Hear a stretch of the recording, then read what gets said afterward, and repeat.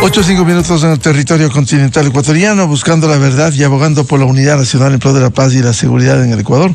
La revista de Opinión Democracia da la bienvenida a los siguientes invitados: el doctor Ramiro Rivera, articulista, ex asambleísta, y el doctor Ramiro García Falconi, catedrático y penalista. Les invitamos para hablar de este caso impresentable que hoy está en investigación penal, como el caso Ligados y Ligados 2. Allí están los testimonios. El Diario Expreso publicó el jueves pasado, cuando accede a los chats de Eduardo Franco, la vergüenza más grande, lo que pretendieron hacer. Pero antes, como premisa, dada la coyuntura y la experiencia, quisiera preguntarle a Ramiro Rivera qué piensa que debe hacer la Asamblea Nacional este martes, que se ha convocado respecto del pedido de la jueza nacional Daniela Camacho para que se pronuncie sobre la inmunidad si proceden con el enjuiciamiento penal de Esther Cuesta, quien jugó desde la presidencia de la Asamblea Nacional precisamente en el caso del superintendente de bancos. Hay el pedido, pero la situación es la siguiente: pide que se pronuncie la Asamblea, pero la Constitución es absolutamente clara, el artículo 128. Para iniciar causa penal en contra de un asambleísta o de una asambleísta, se requerirá autorización previa de la Asamblea Nacional, excepto en los casos que no se encuentren relacionados con el ejercicio de sus funciones. La señora Esther Cuesta ya no es asambleísta. ¿Qué tiene que hacer la Asamblea? Como en el caso Glass, decir: no nos pronunciamos, actúe jueza Daniela Camacho. Buen día, Ramiro. Muy buenos días, Miguel, y un gusto compartir con Ramiro este tema. La Constitución ecuatoriana, entre los infinidad de problemas que tuvo en el origen de Montecristi, tiene un problema que está radicado en el artículo 128 de la Constitución, que usted lo acaba de leer, que es confundir el tema de la inmunidad con el tema de la inviolabilidad. ¿Y cuál es la diferencia? La inviolabilidad le protege al legislador de sus expresiones y de sus votos en el seno del Parlamento y en el ejercicio de las funciones. En consecuencia, puede insultar, puede ofender, puede difamar, que está exento y es inimputable. En cambio, el tema de la inmunidad protege, es simplemente un obstáculo procesal que tiene que ver con delitos ajenos a la función de parlamentario.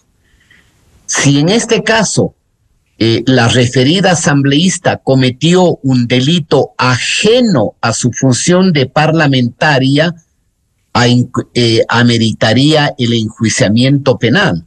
Pero si ese delito se originó en el momento del ejercicio de su función, ahí quedaría una duda si el Parlamento tiene o no facultad de emitir la autorización. Y es por eso que la autoridad judicial se dirige a la Asamblea. En cambio, si ese delito se hubiese cometido antes de que ejerza su función o después de la misma, obviamente está exenta del obstáculo procesal que implica la autorización del Parlamento, como lo tipificaba específicamente con claridad la Constitución de 1998. De tal manera que, siendo el Parlamento la instancia que tiene legitimidad para interpretar el sentido de una ley, serán quienes deban dirimir el tema. Y aunque la raíz de este problema es constitucional, ya le corresponde al lector y al intérprete natural de la Constitución, que es la Corte Constitucional. Ahora, hay un antecedente cuando se pidió el juicio a Jorge Glass, en tantos juicios que ha tenido, y allí en diciembre del 2023 incluso ADN se pronunció porque no debió haber conocido la solicitud de autorización del juicio penal en contra de Jorge Glass. Es decir, si ya no está en funciones, el procedimiento sería que resuelva, en este caso, la jueza Daniela Camacho. Bueno, la solicitud enviada a la Asamblea Nacional, el presidente lo podría ya sea directamente devolver a la jueza, señalándole que no está en el desempeño de su función, es decir, es imputable, o poner a consideración del Consejo Administrativo de la Legislatura para que sea la instancia la que resuelva y tenga menos responsabilidad personal o controversia la decisión que tome el presidente. Es obvio que en el caso del señor Glass era una grosería, porque él ya no era vicepresidente desde hace muchos años, ¿no es cierto? Me parece que desde el 18 o 19, mal podía pedirse a la Asamblea la autorización, porque en ese momento estaba protegido por cierta coraza de inmunidad, o sobre todo por el privilegio del fuero de corte, que es una de las prerrogativas que ostentan los legisladores. Bien, la bienvenida al doctor Ramiro García Falconi. Vamos a hablar del caso Ligados. Como premisa, se quiere procesar en el caso Ligados precisamente a Esther Cuesta por la actuación que tuvo como presidenta de la Asamblea Nacional. Ella ya no es asambleísta. ¿Qué correspondería, doctor Ramiro García, cuando el artículo, la jueza Daniela Camacho ha pedido que se pronuncie la Asamblea, cuando la Constitución, artículo 128, dice: para iniciar causa penal en contra de un asambleísta se requerirá autorización previa de la Asamblea, excepto en los casos que no se encuentren relacionados con el ejercicio de sus funciones? Buen día, doctor García. Buen día, Miguel. Buen día, tocayo. Un saludo para todos los oyentes. Gracias por la invitación. A ver, yo creo que, claro, la norma es bastante laxa y deja una serie de líneas grises que pueden ser interpretables. La primera es, se tiene que pedir la autorización de la Asamblea solamente para los asambleístas en funciones, o también para los asambleístas que ya no están en funciones, pero que realizaron los actos que respecto de los cuales se les imputa penalmente cuando estaban como asambleístas. Luego, ¿qué es lo que tiene relación con la actividad del asambleísta y qué no? Que esa es otra cosa también. Es decir, no es que existe un manual de funciones del asambleísta en donde uno dice solamente estos actos o solamente estos temas tienen que ver con la actividad del legislador y estos otros no.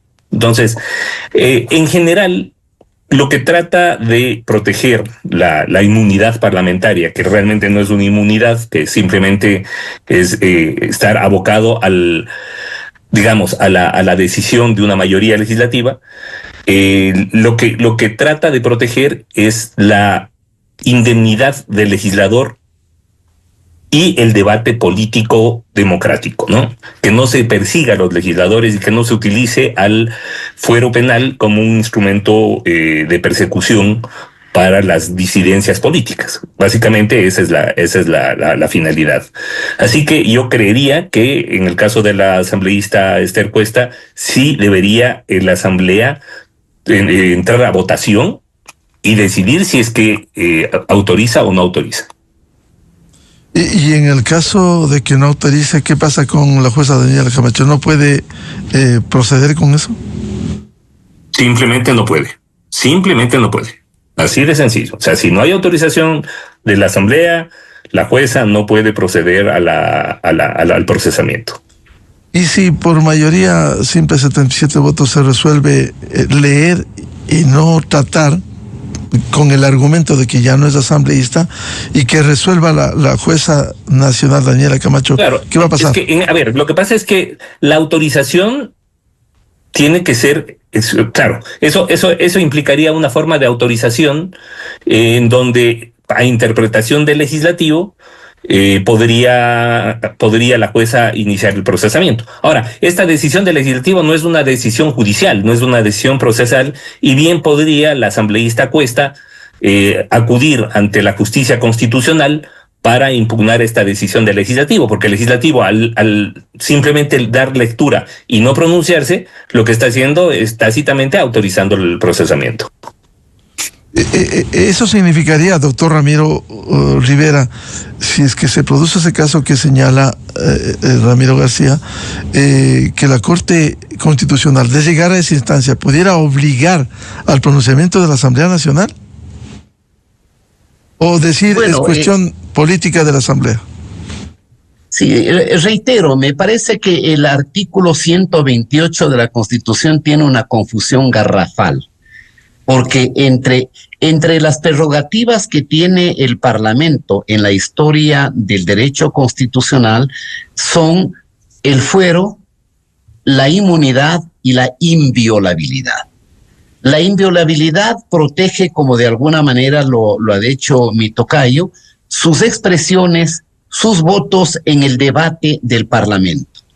La Constitución ecuatoriana de Montecristi es tan laxa y tan amplia que protege aún las expresiones fuera del Parlamento. Es decir, un asambleísta puede ir a un canal de televisión y decirle samba canuta a cualquiera, ofenderlo, difamarlo, insultarlo, que está exento de responsabilidad jurídica. Tiene lo que podríamos decir una especie de indemnidad, es decir, una protección y una coraza.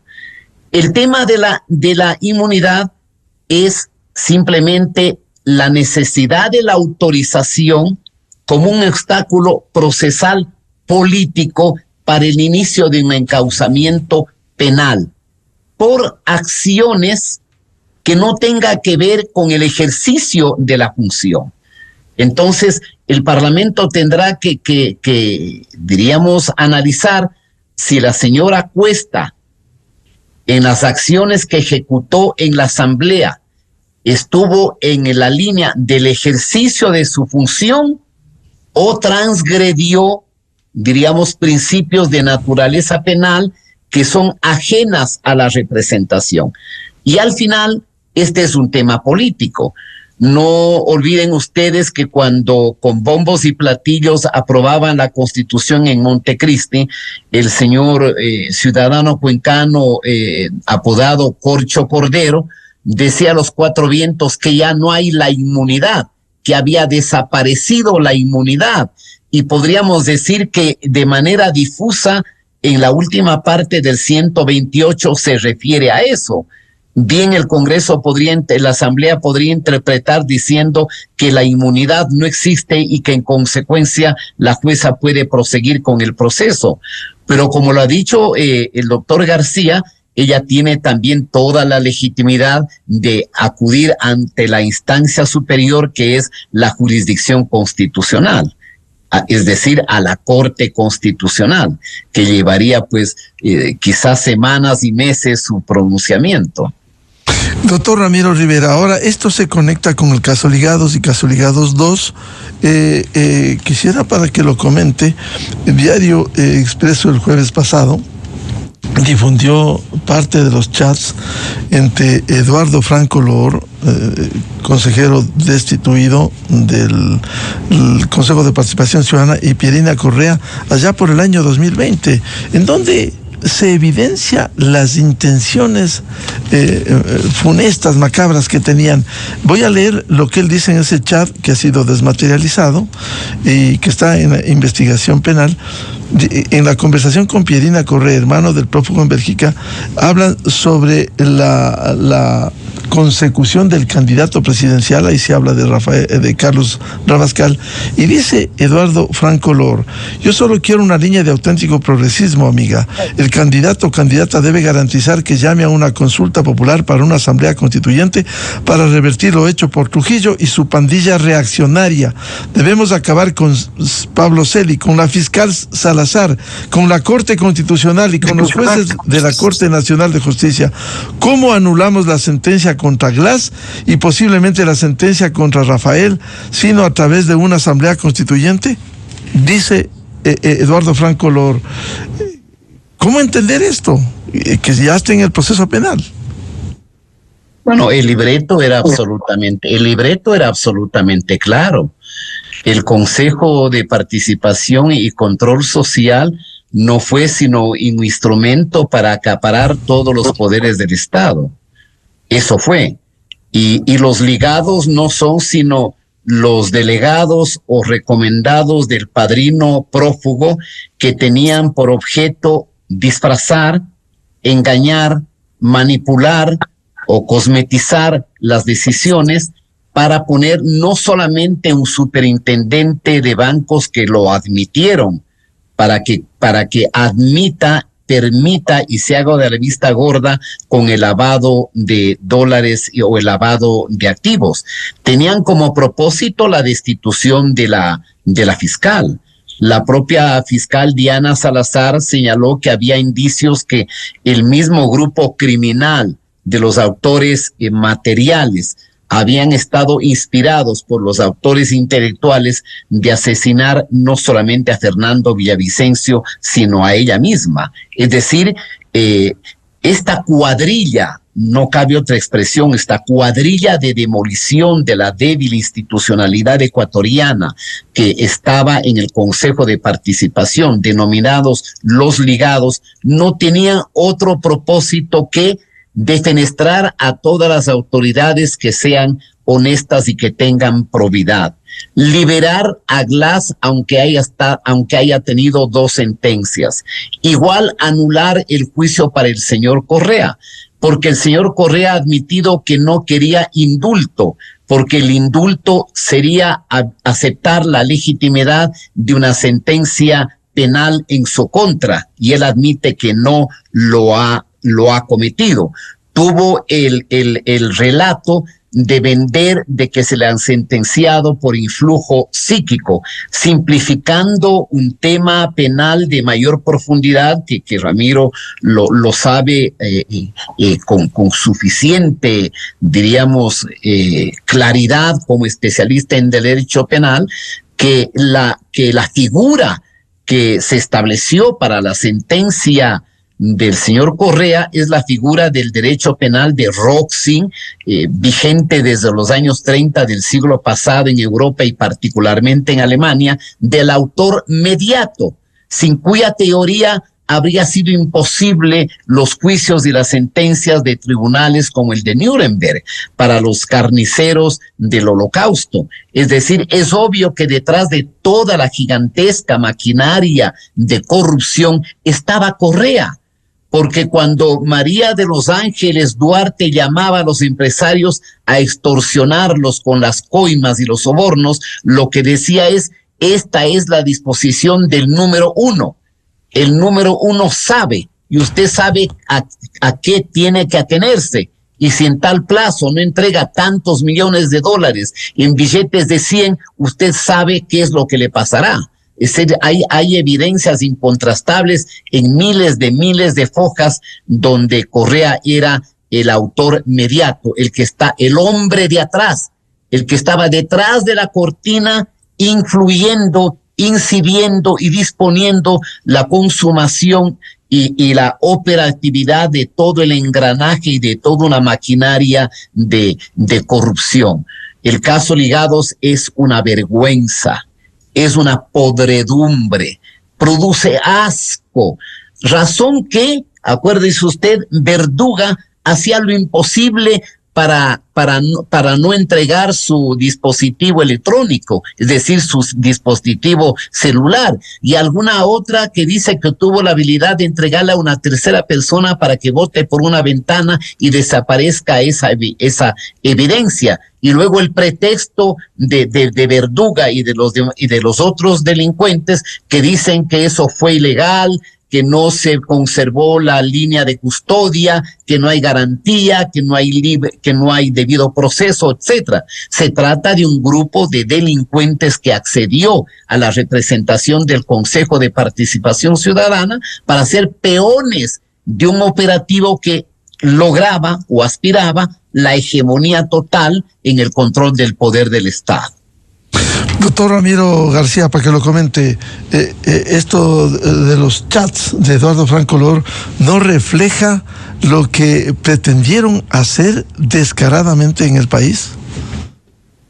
Sí, claramente los chats ubican el contexto de las actuaciones de los consejeros en el Consejo de Participación Ciudadana, nos muestran la explicación del por qué hicieron lo que hicieron. por qué cambiaron las normas, por qué tomaron ciertas resoluciones y por supuesto había un plan delictivo de por medio, ¿no? Yo creo que Verduga lo deja muy en claro en sus chats y en sus conversaciones, porque además él ha sido muy prolijo a la hora de guardar y de grabar a todos sus compañeros todas las conversaciones, porque normalmente el problema que tienen los investigadores y fiscalía es que lo que encuentran son mensajes, pero lo que se habla por teléfono, o lo que se habla en este caso por mensajería de voz de WhatsApp, eso no se puede saber, porque claro, eso no queda registrado. A menos que alguien como Verduga les grabe todo y guarde todas las grabaciones en su teléfono, que es lo que pasó. Es decir, yo creo que la policía que investigó el tema y la fiscalía se encontró mucho más de lo que esperaban, de lo que esperaban encontrar en el caso de Verduga. El caso de Franco Lor, pues lo que encuentran son mensajes, donde claro, también de manera muy, muy expresa y muy solícita, él le dice a la candidata González cuál va a ser la actuación de ellos para echarse abajo, para lograr la anulación de las sentencias, sobre todo en el caso Sobornos. Como explicó Ramiro hace un momento, el caso Sobornos justamente se giró alrededor del delito de cohecho. En el caso de los ministros que dieron los contratos y de Pamela Martínez, se les condenó como autores. En el caso de Glass y Correa, se los condenó como instigadores por haber sido quienes manejaban desde atrás lo que antes se llamaba autoría intelectual. Eran los que manejaban desde atrás, los que instigaron a la comisión del delito, es decir, a la entrega de contratos y favores contractuales a cambio de sobornos por cantidades de hasta $18 millones. Eso hay que recordar. Que la instigación en la mayor parte de la dogmática se define como la influencia psíquica intelectiva que hace el autor intelectual respecto de los autores materiales, eso es otra cosa. Pero han querido cogerse, claro, como explicaba Ramiro, quisieron cogerse de esa expresión para decir me han condenado por influjo psíquico, como si eso implicaría alguna forma de telepatía, hipnosis o influencia mágica. No. Simplemente, si yo le digo a una persona, mira, yo creo, y peor todavía, si es subalterno mío, haz tal cosa para perjudicar a este otro, y él lo hace, yo le estoy influyendo psicológicamente, psíquicamente, intelectivamente a esta persona para que él cometa materialmente el delito. Y eso es lo que pasó acá. Entonces, claro, Correa organiza una oficina adscrita a Carondelet, en donde le pone a su asesora de confianza, Pamela Martínez, a recibir el billete de parte de los contratistas del Estado. Y por el otro lado, los ministros, a la voz del ya pagaron, entregaban los contratos a los contratistas. Eso era todo. Ese básicamente el esquema del caso. Doctor García, y estas pruebas, estos chats, son válidas, porque también se ha tratado de insinuar que eso es invento. Cuando le sacan del teléfono de Verduga y ahora de Franco Lor. Bueno, a ver, si hay algo que está claro, bueno, puede decir, es decir, una persona en su defensa puede decir lo que sea. Yo siempre seré un defensor del derecho a la defensa. Pero evidentemente, por ejemplo, en el caso de Verduga, está claro que él les grababa, porque además uno cuando escucha los audios, el audio de Verduga, o sea, la voz de Verduga es clarísima. O sea, lo que quiere decir que la grabadora estaba ahí. Mientras que el audio de los otros no se oye con tanta claridad. ¿Por qué? Porque, claro, los otros estaban en el Zoom o al otro lado del teléfono. Entonces, es claro que él le estaba grabando. ¿Que por qué les grababa? Eso ya habría que averiguarlo. O sea, los quería extorsionar luego o quería tener un backup por seguridad, qué sé yo. Pero el asunto es que los grababa. Y los grababa a todos, desde Correa hasta su hermano, o sea, todo el mundo. Entonces parece que tenía alguna aplicación que grababa por default todo y guardaba el archivo de grabación. En el caso de Franco Lor, ¿qué va a decir? ¿Que le implantaron el mensaje? Todo lo contrario, es lo que está diciendo, y en eso estoy de acuerdo también en un tema con Franco Lor, que están saliendo a la luz chats que no tenían ninguna relevancia penal también, pues. O sea, yo veo, por ejemplo, y eso tampoco está bien, porque tenemos una ley de protección de datos, tenemos una constitución que protege la intimidad personal y familiar. Entonces, claro, si un chat tiene relevancia penal, que se lo publique. pero chats en donde parece que tenía una conversación medio romántica con algún asistente de él, bueno, eso sí es cuestión de él. Eso no tiene ninguna relevancia penal y no tiene por qué ventilarse públicamente. Entonces a mí esa parte me parece muy mal. Pero lo que sí tienen que explicar, y explicar mucho, es cómo dentro de todo este plan en el que se han coaligado para tomarse las instancias de justicia y de esa manera tergiversar las decisiones judiciales dictadas, pues por qué actuaron como actuaron, porque además las actuaciones de ellos fueron públicas. O sea, recordemos que quisieron, vía Consejo de Participación Ciudadana, quisieron bajarse a la Corte Constitucional y por eso termina destituido Alem Vera. Quisieron bajarse a la fiscal. Le invitaban todos los días, mañana, tarde y noche, a la señora Schettini para que pase ahí y para que haga supuestos informes y peritajes y no sé qué en contra de la fiscal por la tesis que la fiscal había hecho hace 23 años. ¿Para qué? Para ellos, a través de una decisión totalmente ilegal, suspender a la fiscal. Porque recordemos que el Consejo de Participación Ciudadana tiene capacidad de nominar, es decir, de elegir, pero no tiene capacidad de dejar sin efecto esa nominación o esa selección, ni de destitución. Los mecanismos constitucionales están específicamente reglados. Un fiscal general se elige por el Consejo de Participación Ciudadana, pero se destituye por la Asamblea Nacional. Entonces ellos quisieron asumir una atribución que constitucionalmente no tenían y de esa manera bajarse a la fiscal con una campaña mediática brutal en su contra, tratando de desprestigiarla como podían, basándose en un supuesto plagio de tesis. A la final terminó destituido Vera y luego terminaron, no solo destituidos, sino ahora pues procesados penalmente estos señores que tienen que explicar y mucho todo lo que hicieron cuando estuvieron en el ejercicio de la consejería del Consejo de Participación Ciudadana. Doctor Ramiro Rivera, es decir, ahora tienen que responder ante la justicia todo lo que hicieron, que ahora está evidenciado con estas pruebas. Obvio, y es un grupo no solamente de los apadrinados por el caudillo que accedieron, diríamos, en contra de preceptos jurídicos explícitos al Consejo de Participación, porque está claro en la ley respectiva que no debían ser patrocinados por una organización política, y fue evidente y manifiestamente claro que el señor Correa hacía campaña de los 7 héroes y decía casillero tal, fulano de tal, casillero número tal, mengano de tal. Y esta es una asociación en la que es partícipe Correa, con el seudónimo de Jerónimo Huajiconmote. En eso estaba participando activamente la candidata del señor Correa con la calificación o el alias de Rana René, que es el propio Correa el que se inventa. Quizá aquí podríamos hacer una interpretación, diríamos, de carácter política más que jurídica en la actitud del señor Verduga, que él se consideraba que tenía los méritos para ser catalogado y postulado como candidato a la presidencia de la República, porque en algunos chats hay expresiones que minusvaloran o desprecian el valor que podría tener la señora González, que al final fue la candidata, y el señor Verduga se había creído ser candidato presidencial. Entonces probablemente tenía la intención, que frecuentemente es habitual en el mundo delictivo, donde hay opacidad, donde hay complicidades y donde alguien toma la decisión de tener un resguardo privado de las grabaciones, de los documentos, de los chats, de las conversaciones, para luego pues chantajear o defenderse. Y por eso la señora González le dice a Verduga, eres un traidor.